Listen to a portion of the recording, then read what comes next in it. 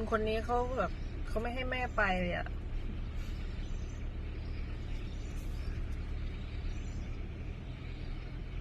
ขอทางเลยนะครับรบกวนนะครับคุณครับเดี๋ยวนะร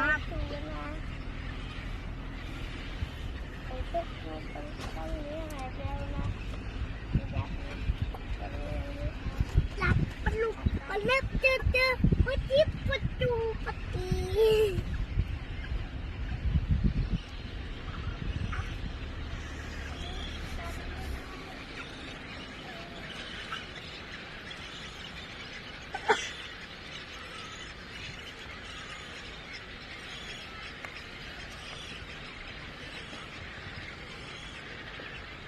แม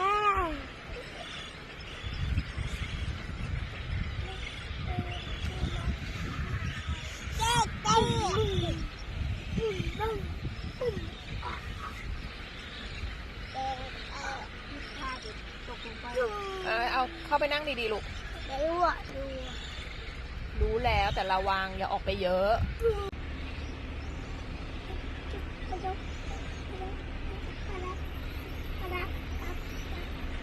แม่ดูหัวรถแม่พาลูกพายายกับป้ายามาด้วย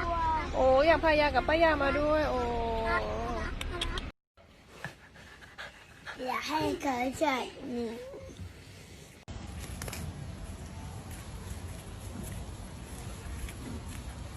โอเคปล่อยเลยลูกปล่อยเลย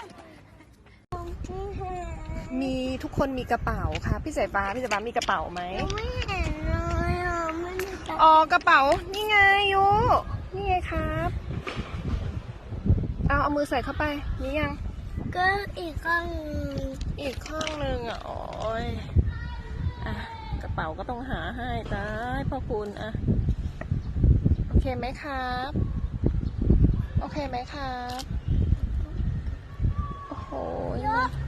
พี่ฟ้าได้กิ่งไม้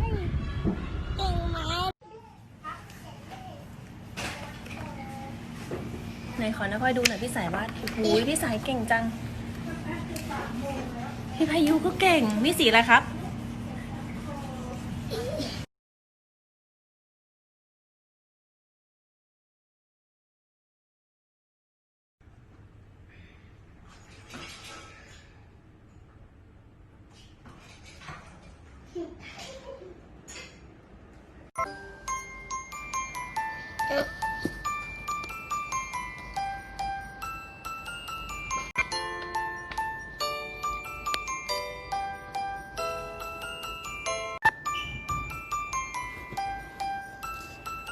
แม่